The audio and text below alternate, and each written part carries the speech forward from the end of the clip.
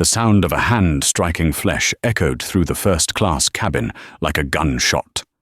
A young woman stumbled back, blood dripping onto the pristine beige carpet, while a diamond-clad socialite stood over her, screaming about belonging in coach.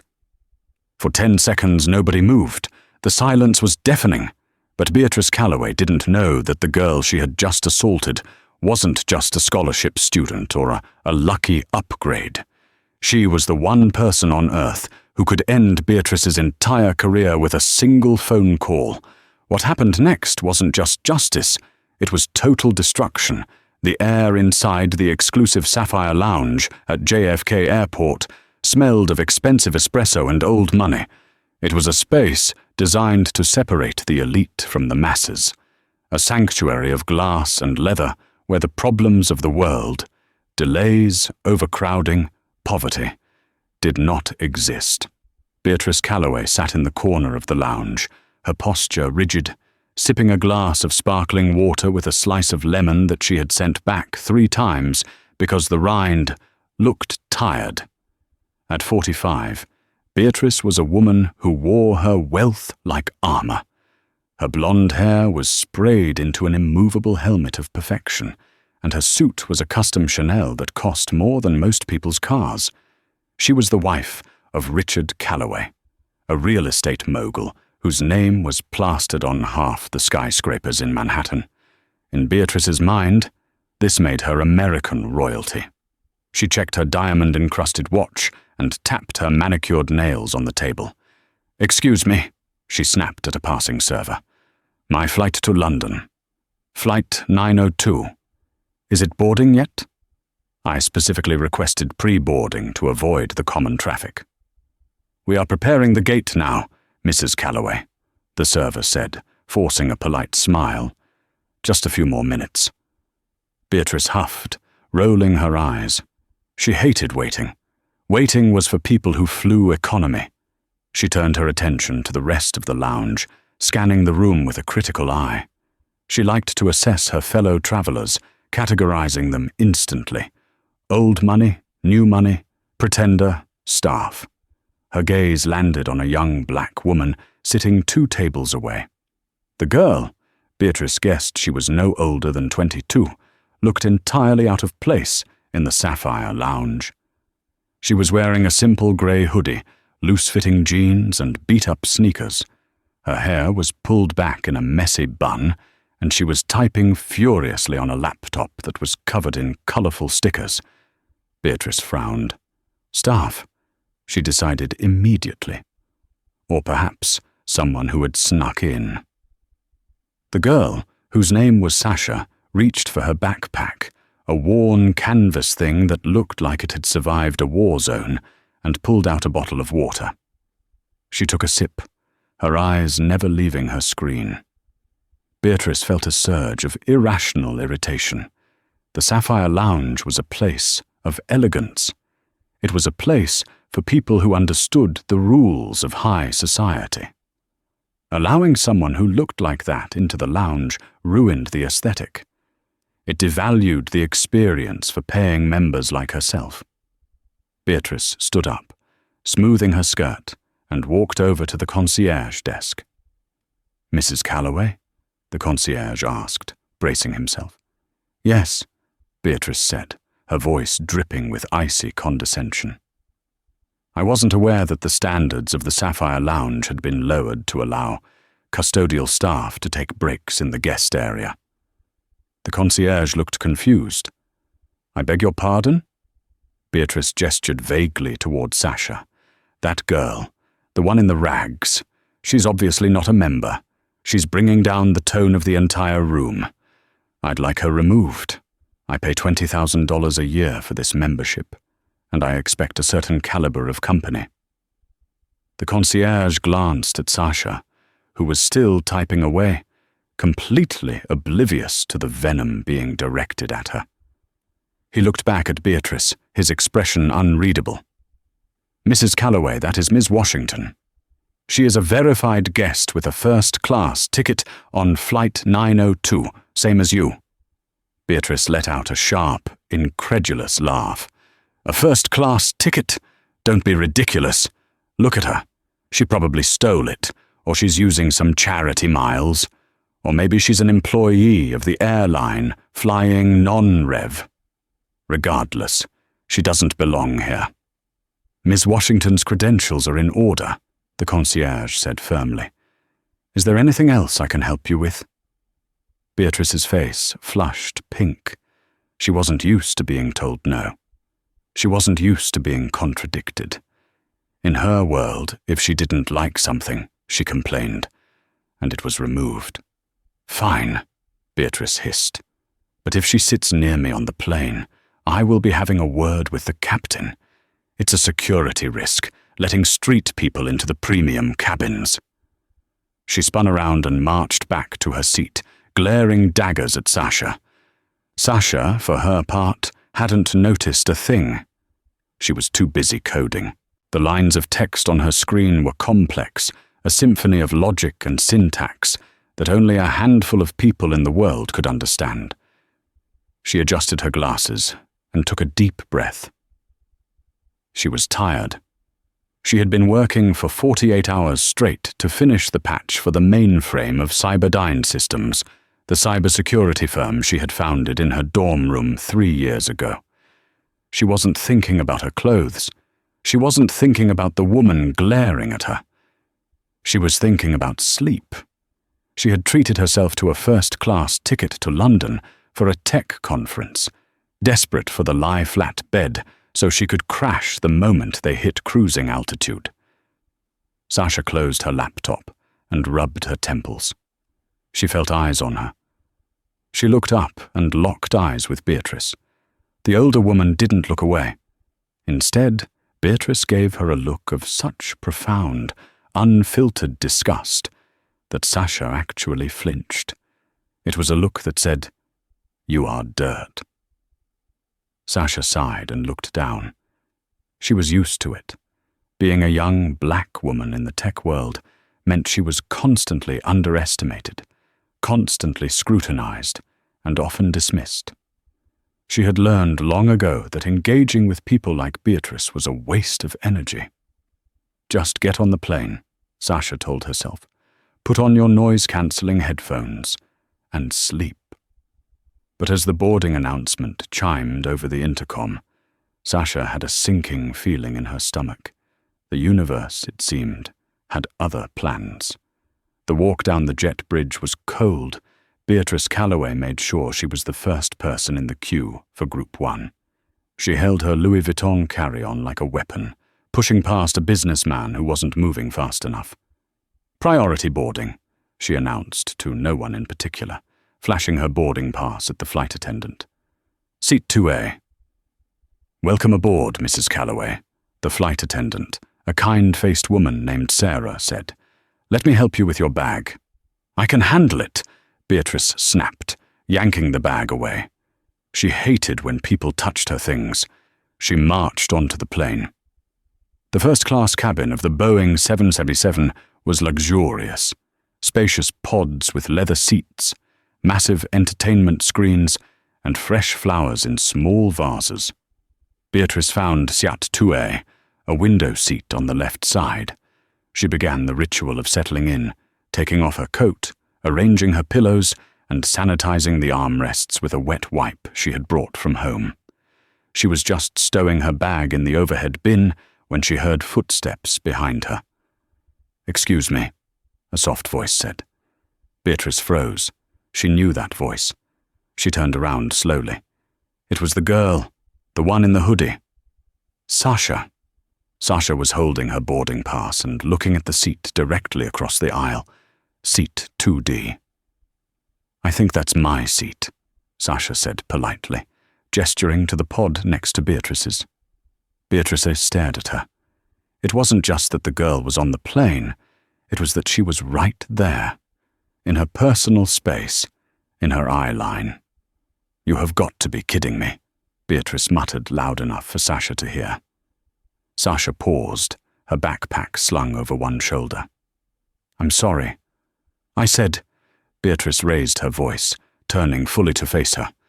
"This must be a mistake. This is first class. The economy cabin is back there, way back there. She pointed aggressively toward the rear of the plane. Sasha looked at her boarding pass again, then back at Beatrice.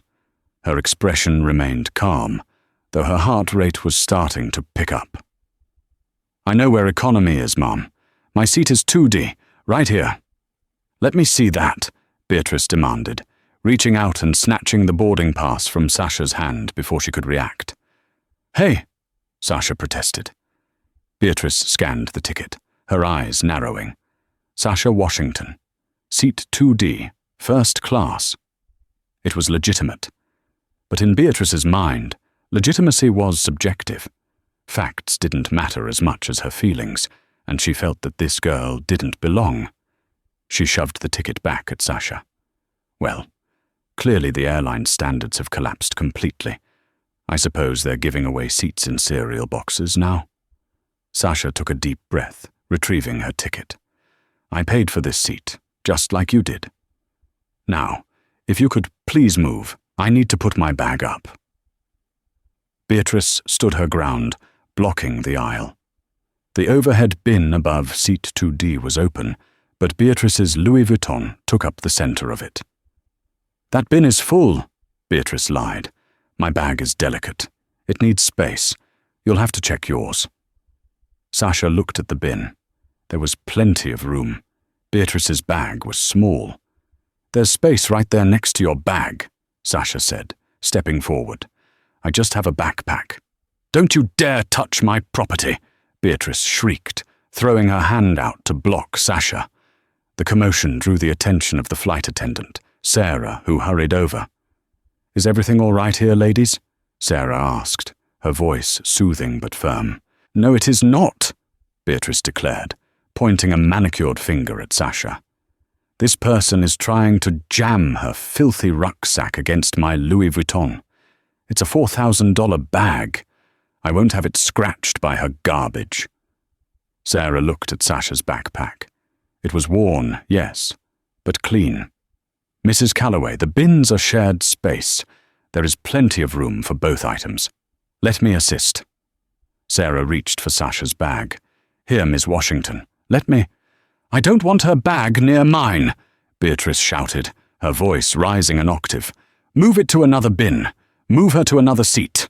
I am a Diamond Medallion member. I demand to be seated away from this riffraff." The other passengers in first class were starting to watch. A man in seat 3A lowered his newspaper. A woman in 1D peered over her glasses. The atmosphere in the cabin grew tense. Sasha felt the heat rising in her cheeks. She wasn't ashamed. She had done nothing wrong. But she hated scenes. She hated being the center of attention for existing. "Mom," Sasha said, trying to keep her voice steady. "I just want to sit down. Please." "I am not Mom to you," Beatrice spat. "I am Mrs. Calloway, and you are in my way." Sarah, the flight attendant, stepped between them. "Mrs. Calloway, please take your seat. Ms. Washington has a valid ticket for 2D. If you continue to raise your voice, we will have a problem." Beatrice's eyes widened. She wasn't used to staff talking back to her. She looked at Sarah, then at Sasha, and her face twisted into a sneer of pure malice. "Fine," Beatrice said, her voice dropping to a venomous whisper. "Sit down, but don't think for a second that you belong here. We all know what you are." Sasha didn't ask what she meant. She knew. She stepped past Beatrice, careful not to brush against her, and placed her backpack in the bin, making sure to leave inches of air between it and the Louis Vuitton. As Sasha sat down in 2D, buckling her seatbelt, she hoped that was the end of it. She hoped Beatrice would have her champagne, pass out, and leave her alone. But Beatrice wasn't finished. She was just getting started. She sat in her seat, fuming, her mind racing with indignation. She felt insulted. She felt unsafe. She felt that the presence of this girl was a personal attack on her status. Beatrice pulled out her phone and began typing a message to her husband. "You won't believe what they let on the plane. It smells like a ghetto in here. I'm going to get a refund." She hit send, then turned her head to glare at Sasha across the aisle. Sasha had her headphones on now, eyes closed. Ignored, Beatrice thought. She's ignoring me. That was the final straw. Beatrice reached over the aisle and tapped Sasha hard on the shoulder. Sasha opened her eyes and pulled one ear cup back. "Yes?" "Turn that down," Beatrice commanded, though no sound was leaking from the headphones. "I can hear your rap music or whatever tribal noise you're listening to. It's disturbing my peace." Sasha stared at her. "I'm not listening to anything yet. The headphones are on noise-cancelling mode." "Don't lie to me," Beatrice snapped. "I know your type.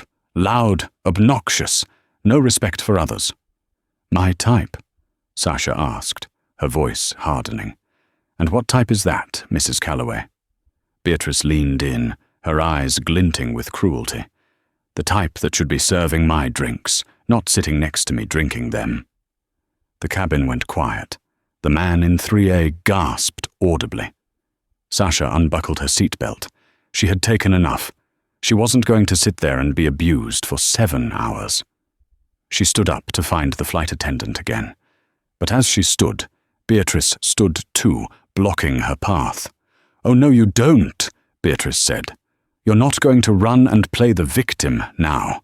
"Get out of my way," Sasha warned, her patience evaporating. "Make me," Beatrice challenged. And then the unthinkable happened. The air in the cabin seemed to crystallize, freezing everyone in a tableau of tension. The low hum of the engines and the soft circulation of the air conditioning were the only sounds accompanying the standoff between Beatrice Calloway and Sasha Washington. Beatrice stood firmly in the aisle, her chest heaving with a mixture of adrenaline and indignation. She was a woman who had spent 45 years curating a world where she was the sun and everyone else was merely a planet orbiting her desires. The idea that this girl, this nobody, was refusing to submit to her will was causing a short circuit in Beatrice's mind. "Make me," Beatrice had said, a childish challenge that carried the weight of her social standing. Sasha looked at the woman. She saw the fear behind the anger. She saw the fragility of an ego that required constant reinforcement. But Sasha was tired. Her coding sprint had left her nerves frayed, and her patience was non-existent. "Mrs. Calloway," Sasha said, her voice dropping to a register of dangerous calm. "I am going to ask you one last time. Step aside. I am going to the lavatory to wash my face, and then I am going to sit in the seat I paid for. If you touch me or block me, you will regret it." "Are you threatening me?" Beatrice gasped, clutching her pearls in a gesture so cliché it would have been funny in a movie. Here, it was pathetic.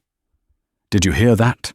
She turned to the man in seat 3A, a venture capitalist named Albert Pendleton, who was desperately trying to disappear into his seat cushion.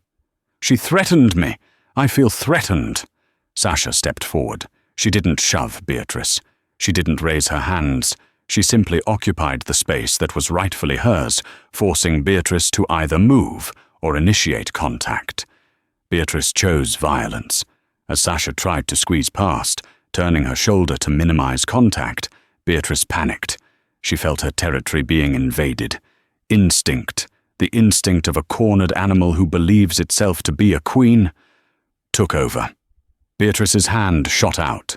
It wasn't a slap and it wasn't a punch. It was a frantic, clawing strike, a backhand swing meant to push the filth away. But Beatrice was wearing her signature ring, a 5-carat cushion-cut diamond set in platinum, surrounded by a halo of smaller, jagged stones. It was a ring Richard had bought her as an apology for his affair with his secretary 3 years ago. It was heavy, sharp, and unforgiving. The back of Beatrice's hand collided with Sasha's face. The sound was sickening, a wet, sharp crack that echoed off the plastic walls of the cabin. Sasha's head snapped to the side. She stumbled back, losing her footing on the plush carpet, and fell hard against the armrest of seat 2D. "Oh my God!" Sarah, the flight attendant, screamed, dropping a tray of hot towels. For 3 seconds there was absolute silence. Sasha stayed slumped against the seat. She brought a trembling hand up to her face. When she pulled it away, her fingers were coated in bright crimson blood. The diamond had caught her just below the left eye, slicing through the skin of her cheekbone and tearing into her upper lip. Blood dripped from her chin, staining the grey hoodie she wore. It splattered onto the beige leather of the first-class seat, the same seat Beatrice had been so worried about protecting from contamination. Beatrice stood frozen, her hand hovering in the air. She looked at the blood. For a split second, a look of horror crossed her face. Not remorse, but the realization that she had lost control. But then, the defense mechanism kicked in. The narcissist's prayer. I didn't do it. If I did, it wasn't that bad. And if it was, she deserved it. "She attacked me!" Beatrice shrieked, her voice shattering the silence. She pointed a shaking finger at Sasha, who was still on the floor, cupping her bleeding face. "You saw it. She lunged at me. I was defending myself. Self-defense." Sasha didn't scream back. She didn't cry. The shock of the blow had been replaced instantly by a cold, calculating rage. The pain was sharp, throbbing in time with her heartbeat, but her mind was crystal clear. Sarah and another flight attendant, a burly man named David, rushed forward. "Stay back!" David ordered Beatrice, positioning himself between the two women like a bouncer. "Do not move, Mrs. Calloway." "Don't tell me what to do!" Beatrice yelled, hysterical now. "She's the one you should be restraining. Look at her. She's bleeding all over the place. It's disgusting. Get her off the plane. She's a hazard." Sarah knelt beside Sasha, her hands shaking as she pulled out a first aid kit. "Ms. Washington, can you hear me? I need to apply pressure." Sasha nodded slowly. She accepted the gauze pad Sarah offered and pressed it to her cheek. The white cotton turned red instantly. "I'm okay," Sasha said, her voice muffled by the gauze. Her left eye was already beginning to swell shut. "You are not okay," Sarah said, her voice trembling with anger on Sasha's behalf. "You've been assaulted." "I want the police," Sasha said. She didn't shout it. She stated it as a fact. "We are still at the gate," David said, speaking into his headset to the captain. "Captain, we have a code red in the forward cabin. Passenger assault. Significant injury. Requesting Port Authority police immediately." Beatrice heard the word police and laughed, a brittle, manic sound. "Yes, call them. Call the police. Tell them this thug tried to assault Beatrice Calloway. My husband is Richard Calloway. Do you know who that is?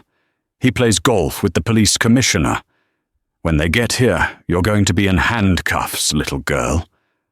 She sat back down in her seat, smoothing her skirt, avoiding looking at the blood on the floor. She grabbed her glass of champagne, which had miraculously sat undisturbed on her console, and took a large gulp. "Just wait," Beatrice muttered, glaring at the other passengers who were staring at her with open-mouthed horror. "You all saw it. She came at me. I'm the victim here."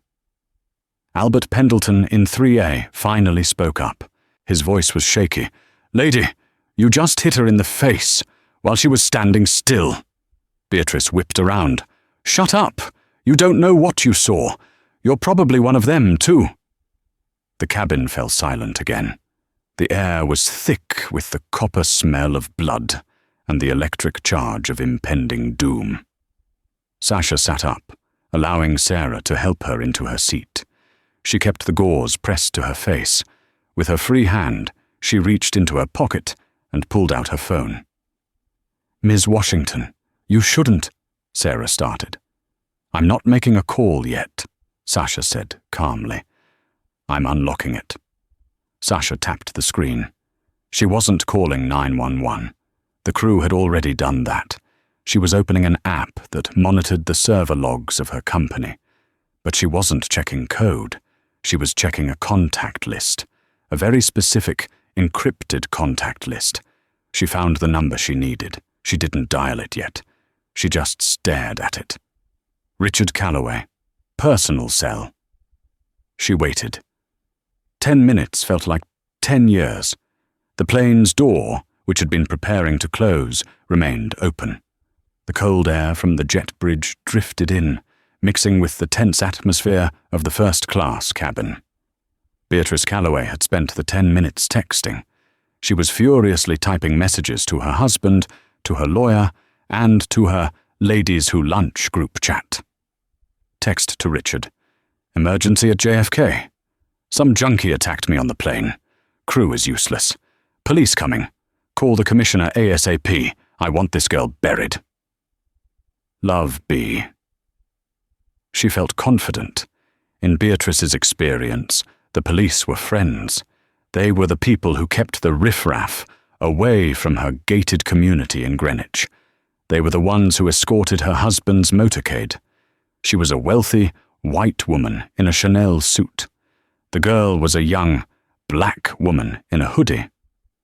Beatrice knew how this movie ended. It ended with her flying to London and the girl going to Rikers Island. Heavy footsteps pounded down the jet bridge. 2 officers from the Port Authority Police Department boarded the plane.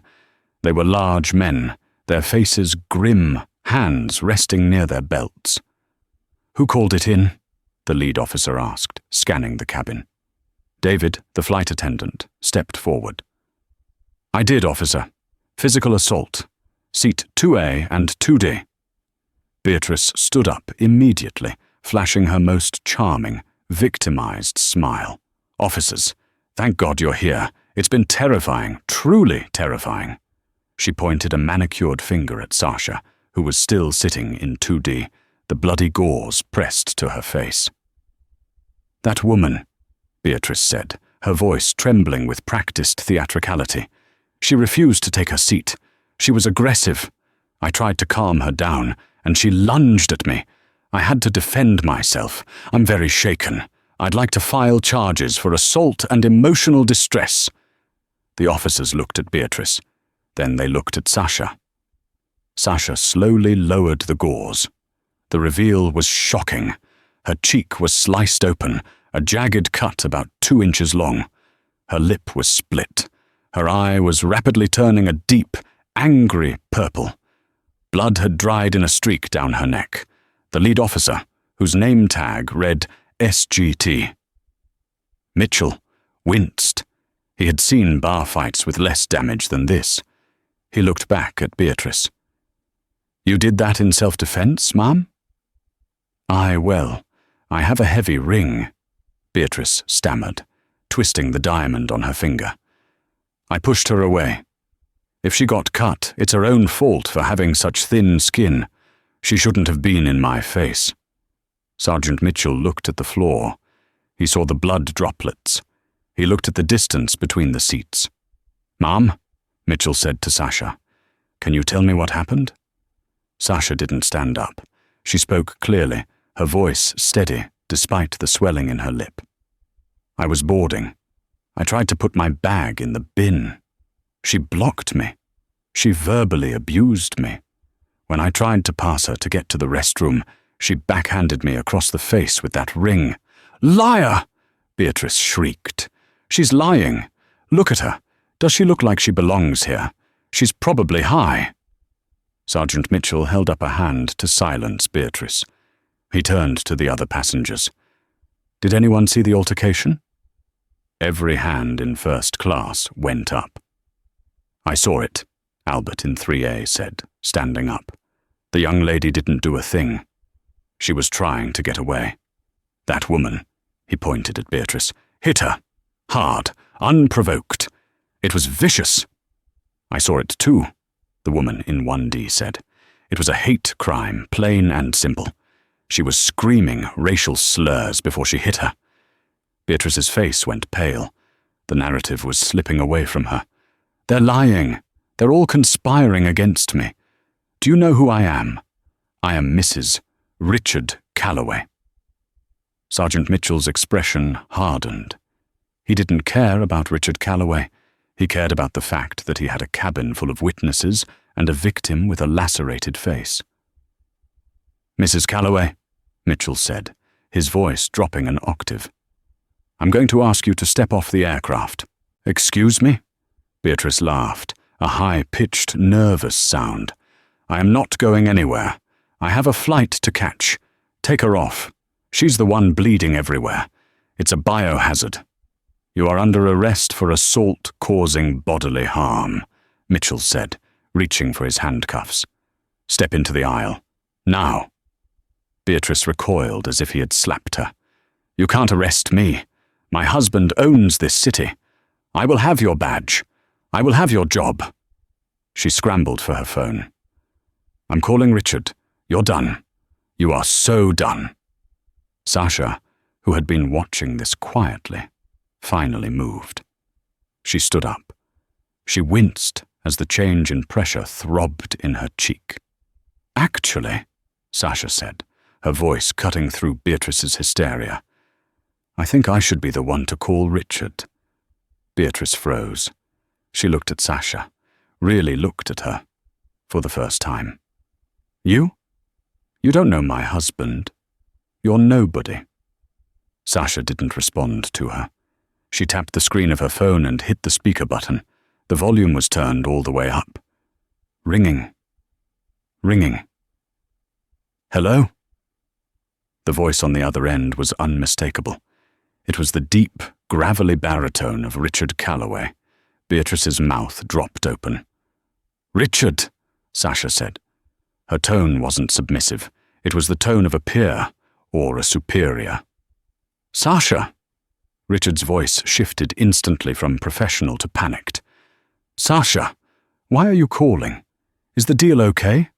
I thought you were flying out to London for the signing. Don't tell me you found another discrepancy in the audit." The entire cabin went silent. Even the police officers paused. "I am on the flight, Richard," Sasha said, her eyes locking onto Beatrice's terrified face. "I'm in seat 2D, or I was, until your wife, Beatrice, decided to use my face as a punching bag." There was a long silence on the other end of the line. "What?" Richard whispered. "She's here, Richard," Sasha continued, her voice devoid of mercy. "She's screaming that she's going to have these officers fired. She split my face open with that diamond ring you bought her with the company slush fund in 2019. You know, the fund I'm currently auditing?" "Oh my God," Richard breathed. "Sasha, please, tell me you're joking. I'm bleeding, Richard. The police are here, and Beatrice is telling them you own the city." Beatrice lunged for the phone. "Richard! Richard, help me! She's lying! She's... Beatrice!" Richard's voice roared through the tiny speaker, loud enough to be heard in the cockpit. "Shut up! Shut your mouth right now!" Beatrice flinched, shrinking back against the bulkhead. "Sasha," Richard's voice was trembling now. "I am so sorry. I don't know what to say. Please don't let this affect the acquisition. If you walk away, the company collapses. You know that. I'll lose everything. The bankruptcy. The investigation." Sasha looked at Beatrice. The older woman was trembling, her face a mask of confusion and horror. She didn't understand the technicalities, but she understood the tone. Her husband, the titan of industry, was begging. He was begging the girl in the hoodie. "The police are arresting her, Richard," Sasha said coldly. "I have a choice to make. I can press charges, which will create a very public PR disaster for Calloway Enterprises right before the merger. Or I can drop the charges, provided she gets off this plane and I never see her again." "Press them," Richard said instantly. Beatrice gasped. "Richard!" "I said press them," Richard yelled, his voice cracking. "Beatrice, you stupid, arrogant woman. Do you know who that is? That is the CEO of Cyberdyne. She is the one buying the company. She holds the debt. If she walks, we are destitute. We are on the street." The reality hit Beatrice like a physical blow. The girl in the hoodie wasn't staff. She wasn't a scholarship student. She was the executioner. "Officer," Sasha said, looking at Sergeant Mitchell, "I'd like to press charges. Full extent of the law. Assault and battery." "Richard!" Beatrice screamed, tears streaming down her face as Mitchell grabbed her wrist and spun her around. "Do something!" "I'm doing something," Richard said, his voice cold and distant over the speaker. "I'm calling my divorce lawyer. Don't call me again, Beatrice." The line went dead. The sound of handcuffs ratcheting tight around Beatrice Calloway's wrists was a mechanical finality that cut through the recycled air of the cabin. Click, click, click. 3 notches. Too tight. "You're hurting me," Beatrice gasped, her arms twisted behind her back by Sergeant Mitchell. "Do you have any idea what you're doing? My husband will have you working security at a mall by tomorrow morning." Sergeant Mitchell didn't even blink. He had been a Port Authority officer for 20 years. He had seen drunks, drug mules, and terrorists. But nothing annoyed him quite like an entitled socialite who thought the laws of physics and society didn't apply to her. "You have the right to remain silent," Mitchell recited, his voice flat and bored. "Anything you say can and will be used against you in a court of law. And frankly, Mrs. Calloway, I'd suggest you start using that right immediately, because you are digging a hole so deep you're going to hit China." Beatrice tried to pull away, but the second officer, a younger woman named Officer Diaz, grabbed her other arm. They began to march her down the aisle. The walk from seat 2A to the exit door was only about 20 feet, but for Beatrice it felt like a mile. And it was a mile lined with a jury of her peers. As they passed the bulkhead into the main cabin, because the police had to clear the way, Beatrice saw the sea of faces. Every single passenger in the first few rows of economy had craned their necks to see what was happening, and in every hand there was a smartphone. The lenses were black, unblinking eyes, recording her humiliation in 4K resolution. "Stop it!" Beatrice screamed at a teenager in row 10 who was filming her with a grin. "Put that away! You don't have my permission. This is illegal. I'll sue every single one of you." "Smile for TikTok, Karen," someone shouted from the back. "That's assault, brother," another voice yelled. Beatrice lunged toward the voices, but Mitchell yanked her back.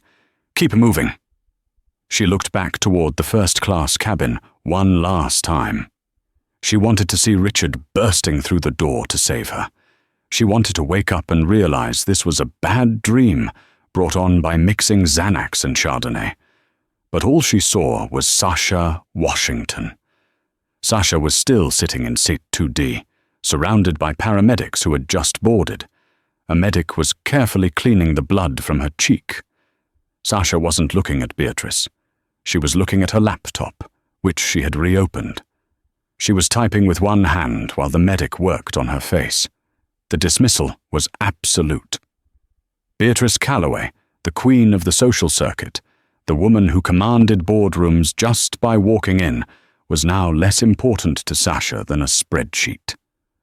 "She ruined me," Beatrice sobbed as they dragged her onto the jet bridge. "She planned this. It's a setup." Officer Diaz tightened her grip. "Watch your head." They shoved her into the back of a patrol car, waiting on the tarmac. The cold air hit Beatrice's face, shocking her. She saw the flashing red and blue lights reflecting off the silver fuselage of the plane.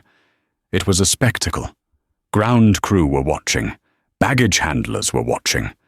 As the door slammed shut, sealing her in the hard plastic cage of the back seat, Beatrice saw her phone light up on the seat next to her, where the officer had tossed it.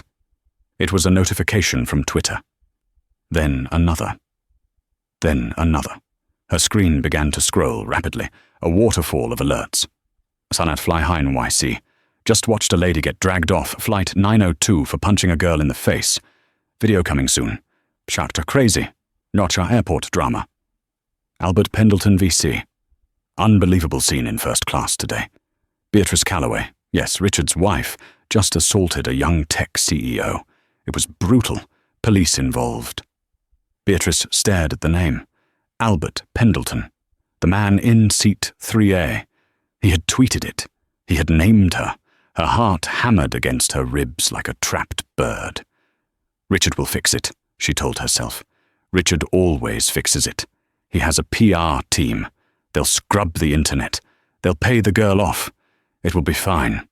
But deep down, in the pit of her stomach where the nausea was rising, Beatrice remembered the tone of Richard's voice on the speakerphone. I'm calling my divorce lawyer. The police car lurched into motion, driving away from the private jet center, away from the luxury lounge, and toward the Queen's central booking precinct. For the first time in her life, Beatrice Calloway wasn't going to the Hamptons or the Ritz. She was going to a cage. While Beatrice was being processed, fingerprinted, stripped of her jewelry, and forced into a holding cell that smelled of bleach and old sweat, the world outside was moving at the speed of fiber optics. Sasha Washington didn't get off the plane. The paramedics suggested she go to the hospital for stitches, but Sasha refused. She let them use butterfly closures to seal the wound on her cheek and applied an ice pack to her eye. I have a meeting in London in 9 hours, Sasha told the lead paramedic. I am not missing it for her. The captain of the flight came out personally to apologize. He offered to deplane everyone and cancel the flight, but Sasha insisted they fly. She wasn't going to let Beatrice inconvenience hundreds of other people any more than she already had. As the plane finally taxied to the runway, Sasha connected to the in-flight Wi-Fi. She needed to prepare for the fallout. She opened her email and drafted a message to the board of directors at Cyberdyne Systems. Subject: Incident on Flight 902, Acquisition Update Team. There was an altercation on my flight involving the wife of Richard Calloway. I was injured, but I am fine. The acquisition of Calloway Enterprises is still my priority, but the terms have changed. Due to the public nature of the incident and Richard's failure to control the optics, our leverage has increased significantly. I will be renegotiating the purchase price upon arrival. Expect a 15% reduction in the offer. Sasha. She hit send. With one email, she had just devalued Richard's company by $40 million. Meanwhile, on the ground, the video Albert Pendleton had taken went viral. It wasn't just a video. It was a cinematic masterpiece of entitlement. It showed everything. Beatrice blocking the aisle, the sneer on her face, the words, "Make me," and the vicious, sparkling swing of the diamond ring. It showed Sasha falling. It showed the blood. But the coup de grace was the audio of the phone call. Someone else in the cabin had recorded that. The internet heard Richard Calloway, a man known for his ruthlessness, begging. They heard him realize that the girl in the hoodie held his life in her hands, and they heard him abandon his wife instantly. The hashtag #NewSharkCalloway crash began trending worldwide within an hour. At the Queen's detention center, Beatrice sat on a metal bench. She had used her one phone call to try Richard again. It went straight to voicemail. Then she called her personal assistant, Jessica. Mrs. Calloway. Jessica's voice sounded tight, terrified. Jessica, finally, get the car. Come to Queen's Central Booking. Bring cash for bail. And call Richard's lawyer. Tell him to meet me here. I can't do that, Mrs. Calloway, Jessica said. What do you mean, you can't? Beatrice snapped. I pay your salary. Actually, HR just emailed me, Jessica whispered. I don't work for you anymore. I've been reassigned to the Chaotic Management Division, and Richard's team sent over a memo. Nobody is allowed to use company funds for your bail. They froze the joint accounts, Beatrice. I'm sorry." The line went dead. Beatrice lowered the phone slowly. She stared at the graffiti scratched into the wall of the cell. Froze the accounts. She was sitting in a jail cell with a Chanel suit that was now wrinkled and stained, wearing shoes that cost $1,000, but she didn't have a dime to her name. Hours later, a public defender arrived. He was a tired-looking man named Gary with coffee stains on his tie. He sat down across from her in the interview room. "All right, Mrs. Calloway," Gary said, shuffling through a stack of papers. "It's not looking good. The DA is pushing for maximum charges. Assault in the first degree, battery, and because it happened on an aircraft, federal authorities are looking at interfering with a flight crew. That's a felony." "This is a mistake," Beatrice whispered, her voice trembling. "I'm wealthy. We don't do jail." Gary looked at her over his glasses. "Well, according to the paperwork your husband's lawyers just faxed over, you might want to rethink the wealthy part. He's filed for emergency divorce, citing a morality clause in your prenup. Apparently, committing a violent felony on camera voids your claim to the estate." Beatrice felt the room spin. The prenup. She had signed it 20 years ago, never thinking she would actually read it. "He can't do that," she gasped. "He can, and he is," Gary said. "He's distancing himself. You're radioactive right now, lady. The video has 10 million views. CNN is running it on a loop. You're the face of air rage. The only offer on the table is a plea deal. 2 years in minimum security, anger management, and substantial restitution to the victim." "Restitution?" Beatrice laughed hysterically. "Sasha Washington has more money than God. She's buying my husband's company." "Then she doesn't need your money," Gary shrugged it. "But the court will make you pay it anyway. Look, take the deal. If you go to trial with that video, a jury will bury you under the jail." Beatrice put her head in her hands. The silence of the room was heavy, broken only by the buzzing of the fluorescent lights. There was no Richard, no private jet, no sapphire lounge. There was just the cold, hard reality of consequence. High above the Atlantic Ocean, Sasha Washington reclined her seat into the lie-flat position. She adjusted the ice pack on her eye and pulled a soft duvet over herself. The flight attendant, Sarah, walked by and placed a fresh glass of orange juice and a handwritten note on the side table. "Ms. Washington, the crew is with you. Thank you for handling this with grace. We've alerted Heathrow Ground Services to give you VIP escort upon landing. The crew of Flight 902. Sasha smiled, her split lip stinging slightly. She closed her good eye. She had a company to buy in the morning, and for the first time in 48 hours, she was finally going to sleep. The conference room on the 45th floor of the Shard in London offered a panoramic view of the city, but none of the 12 men sitting around the mahogany table were looking at the skyline. They were looking at the door. The air in the room was stale, recycled, and thick with the scent of fear. These were the board members of Calloway Enterprises, men who controlled billions of dollars in real estate, shipping, and energy.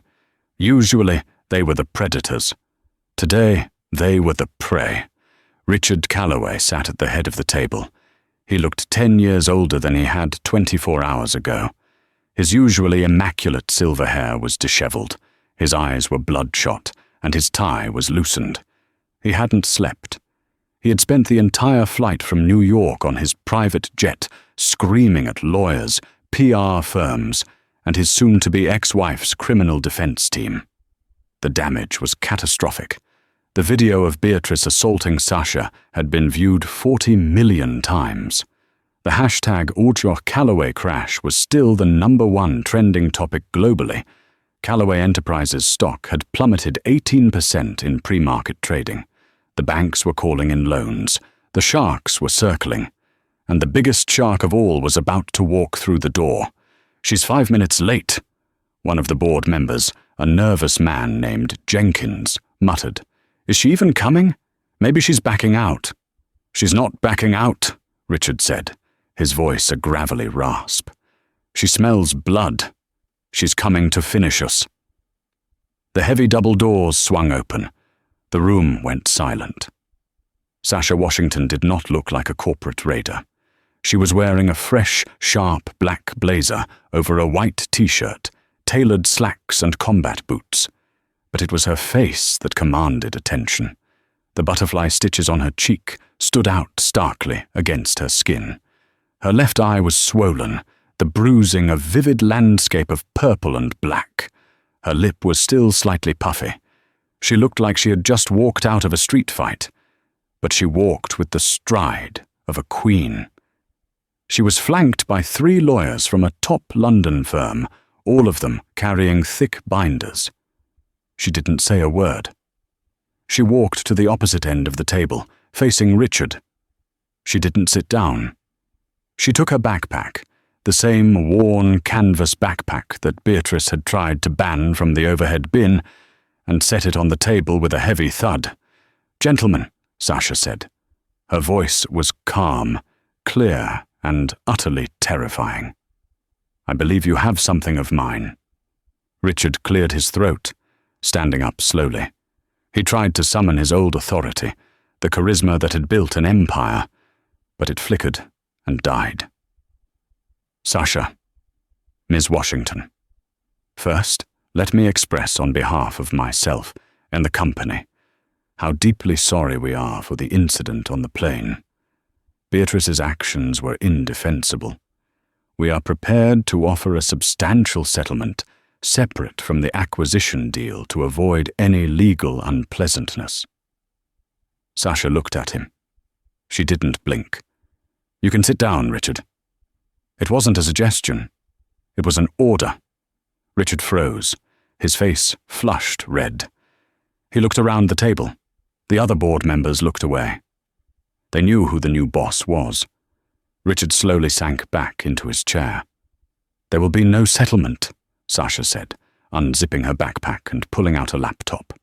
"Because I don't want your money, Richard. I want your desk." She signaled to one of her lawyers, who slid a stack of documents down the table. They landed in front of Richard. "This is the revised term sheet," Sasha announced to the room. "Yesterday, I was offering 45 asserts a share to acquire Callaway Enterprises. That was a generous offer based on your projected Q4 earnings. Today, however, your brand is toxic. Your CEO is embroiled in a scandal involving a hate crime. Your stock is in free fall." She leaned forward, placing her hands on the table. "The new offer is $22 a share." Gasps erupted around the table. "That's robbery," Jenkins shouted. "That's less than book value. We'd be selling at a loss." "Then don't sell," Sasha said simply. "Go ahead, walk away, and tomorrow, when the market opens and the news breaks that I've withdrawn my offer completely, the stock will hit single digits. You'll be delisted by Friday. The banks will seize your assets. You will all be bankrupt." Silence descended again. It was the brutal mathematics of survival. "I have the capital to save this company," Sasha continued. "I have the tech infrastructure to modernize it. I can weather the PR storm because I am the victim of it. If I take over, the market forgives you. If Richard stays, you sink." All eyes turned to Richard. Richard Callaway looked at the document. $22 a share. It meant he would lose half his net worth. It meant the empire he built was being sold for parts, but it was the only life raft left. "There is one condition," Sasha said. Richard looked up, hope flickering in his eyes. "What?" "You resign, effective immediately." Sasha pointed to the door. "You leave the building today. You give up your seat on the board. You give up your company car, your jet access, and your expense account. You retire, Richard. You go home and deal with your wife." "You can't do that," Richard whispered. "This is my name on the building." "We can change the sign," Sasha said coldly. She tapped her laptop key. The large screen at the end of the room flickered to life. It displayed a live feed of a news channel. The headline read, "Beatrice Calloway denied bail. Flight risk." "Your wife is currently sitting in a cell in Queens," Sasha said. "She's facing 5 to 10 years, and you are here, arguing about your title. Do you know why I'm doing this, Richard? Do you think it's just business?" Sasha touched the bandage on her cheek. "My mother was a maid," Sasha said, her voice dropping. "She cleaned offices just like this one. She worked for a man like you. He used to yell at her if she missed a spot on the carpet. He made her feel small. He made her feel invisible. When I sat on that plane and your wife looked at me like I was dirt, I realized something. You people don't just think you're better than us. You think you own the world. You think there are no consequences." Sasha picked up the revised contract. "I am the consequence." Richard looked at the board members. He saw no loyalty in their eyes. He saw only self-preservation. "Fine," Richard croaked. He pulled a gold pen from his pocket. His hand shook as he signed the document. He pushed it across the table. "Done." "Good," Sasha said. She didn't smile. She took the paper and handed it to her lawyer. "Now get out." Richard stood up. He looked small. He gathered his briefcase, his hands trembling, and walked toward the door. As he reached it, he turned back. "What are you going to do with Beatrice?" he asked. Sasha didn't look up from her laptop. "I'm not doing anything, Richard. The district attorney is doing it for me. But I did ask my team to look into that diamond ring she hit me with." Richard went pale. "Turns out it was purchased with funds from the maintenance allocation account in 2019, Sasha said. "That's embezzlement, Richard. I imagine the IRS will be very interested in that audit. You might want to hire a good lawyer yourself." Richard Calloway didn't say another word. He opened the door and walked out into the hallway, a broken man stepping into a future filled with subpoenas and silence. Sasha looked around the table at the remaining men. "All right," she said, opening a spreadsheet. "Let's get to work. First item on the agenda. We are liquidating the private jet fleet. Economy is good enough for everyone." The men nodded quickly, terrified to disagree. Sasha turned to the window. The sun was setting over London, casting long shadows over the city. She touched her cheek again. It still hurt. It would scar. But every time she looked in the mirror, she wouldn't see a victim. She would see the price of admission. She had walked onto a plane as a girl in a hoodie. She was walking out as the owner of the sky. The queen had fallen. Long live the new queen. The downfall of the Calloway Empire wasn't just a news story. It was a cultural reset. Beatrice Calloway was eventually sentenced to 3 years in federal prison for assault and interfering with a flight crew, her social standing obliterated. Richard lost his fortune in legal battles and tax evasion charges brought to light by Sasha's audit. Sasha Washington renamed the company Phoenix Dynamics, turning it into a global leader in ethical tech and logistics. She never fixed the scar on her cheek. She wore it as a reminder that underestimated people are the most dangerous ones to cross. It was a harsh lesson in karma. You can judge someone by their clothes, but you never know when you're standing in the shadow of the person who signs your paycheck. Wow, talk about instant karma. From the first-class cabin to a prison cell, Beatrice definitely learned the hard way that you should never judge a book by its cover, or a CEO by her hoodie. What do you guys think? Did Sasha go too far by taking the whole company, or was it the perfect revenge? And seriously, would you have pressed charges or taken the money? Let me know in the comments below. If you enjoyed this story of justice served cold, please smash that like button. It really helps the channel grow. And if you haven't already, hit subscribe and ring the notification bell so you never miss a new story. We drop brand new dramas every week. Thanks for watching, and remember, be kind, because you never know who you're talking to. See you in the next video.